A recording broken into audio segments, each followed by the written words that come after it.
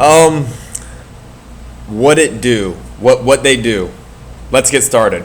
All right, our standard down there has changed. We are still talking about the Federal Reserve, but now we're getting more specific. In parts 1 and 2 of this video series, I told you guys in class that chances are you are probably going to be confused. Part 3 and part 4 of this video series where we actually start bringing it home. So I gave you guys kind of the basic foundation, which is a shaky foundation at that, and now we're really going to draw it home. We are talking about how the Fed uses different tools of monetary policy. So the Fed has different tools and policies it can use to manipulate the market. Understand, when I say manipulate the economy, I do not mean it in a bad way. You can manipulate things to make them better. You can manipulate things to make them worse. So in this particular video, we are talking about monetary policy.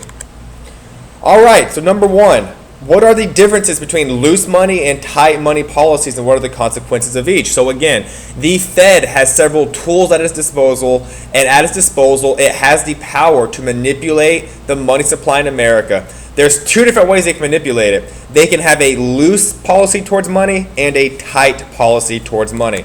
So before we get into that, I want to give you a very quick overview. So remember, the Fed was created in 1913 by the government to help regulate the money supply in order to keep a strong economy and avoid or reduce contractions, recessions, and depressions. Now, we've joked in class, have they done a good job? And most of us say no. But in reality, we can't really say, hindsight is 2020. Maybe all those depressions and recessions we would have been worse if it weren't for the Fed.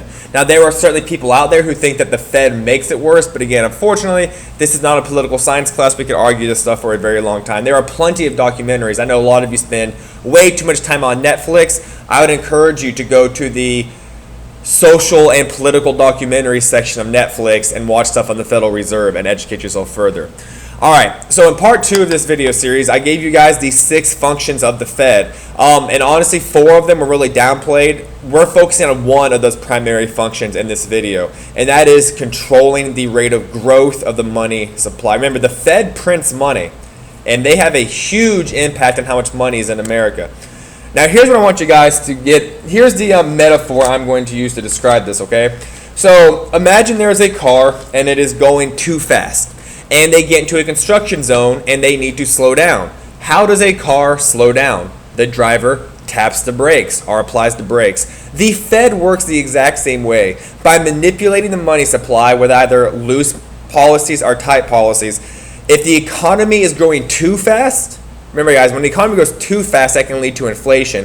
The Fed simply, and I'm using the metaphor here, taps the brakes to slow the economy down. All right? Now, monetary policy, this is a definition we had in our part 2 video, involves changing the rate of growth of the money supply in order to affect the cost and availability of credit. So once again, guys, when it comes to big purchases like homes and houses and things like that, big ticket items, the Fed controls how much interest rate you pay. For example, I got an awesome home mortgage at 4.5% interest. Well, the Fed is the group of government that sets the interest rate. So credit, that is when a bank lends you money, is like any other good or service. It has a cost. Now, when the bank lends you $5,000, you guys know now you have to pay back more than that $5,000. You have to pay back interest. Now, the law of demand applies here. As the cost of credit increases, aka the interest rate increases for a loan, the quantity demanded decreases. If the cost of borrowing money decreases, quantity demanded increases. That is, let's say something crazy happens and the interest rate for buying a home goes up to 15%. Yeah, less people are going to buy homes. For those of you guys that don't know, 15% is an absolutely absurd interest rate. You're going to pay back 20s of thousands of dollars on the interest rate on that home you purchased. At the same time, right now, interest rates are historically low. Right now, the interest rate for buying a home is hovering at around 3% or so. And right now, guess what? More people are buying homes because credit is more affordable. So to put all this in a nutshell, the Fed controls the money supply by enticing people to buy stuff with low interest rates or by discouraging people to buy stuff with high interest rates. So guys, Unit 2, it's all coming back to us in Unit 4. Law of demand still applies even when we're talking about macroeconomics. Okay, so here are the two types of policies the Federal Reserve can have. They have what's called a loose money policy, which you may refer to as expansion. So think about the expansion phase of the business cycle. So here's what this is. A loose monetary policy is a policy that makes credit inexpensive and abundant. That is, it becomes very easy to get a loan. That is, most people, regardless of credit score, can walk into a bank and ask for a loan because the Federal Reserve wants people to take out loans to get more money in the economy. Also, the interest rate for those loans is also going to be very low. So someone like me, in most cases, I would not be qualified to take out a $500,000 loan. If I went to a bank and said I need $500,000, they would laugh at me and say no. If I asked for $100,000, yes, I absolutely get it. However, if the Fed has a very loose money policy, they really want to stuff money into the economy for whatever reason, the economy's lagging, they really need to get money in the economy, they can tell the banks, hey, you know what, we are loosening up our policy on lending money. We want more people to take out loans to buy big items, and we want to give them a lower interest rate to get money into the economy. Now, the reason they may do this is like, wait, they want people to take out loans? Well, it can increase GDP. The more money there is in the economy, the more consumer spending there is, the more business investing there is. And it can also reduce unemployment. For example, if I'm a small business owner of Jarrett's Juice Bar and I can take out loans to expand my business, hey, I can hire more people. That's great for the economy. Now, every action in economics has a reaction. A consequence of loose money policy, think about it, guys. Inflation happens when the average good or service increases. Okay. A consequence of that is the dollar loses its value. If there is more money in the economy, the money becomes less valuable. Once again, as more money gets into the economy, as more people take out loans, as more people are getting more money in the economy, each dollar is less and less valuable. So a consequence of loose money policy is that it may lead to inflation. And in fact, it has in the past. Now, to contrast that, so we're going in a completely different direction. Now we have what's called tight money policy. Think about a contraction phase of the business cycle. A tight money policy is when the Federal Reserve wants to take money out of the economy. In other words, it's a monetary policy that makes credit expensive and in short supply in an effort to slow down the economy. So, for example, if the Fed thinks there is too much money in the economy, if inflation is rising, guys, the best way to combat inflation is to quit buying stuff. The best way to get people to quit buying stuff is to reduce the amount of money they have. Now, I know this is, pretty shady area, but hey, it's true.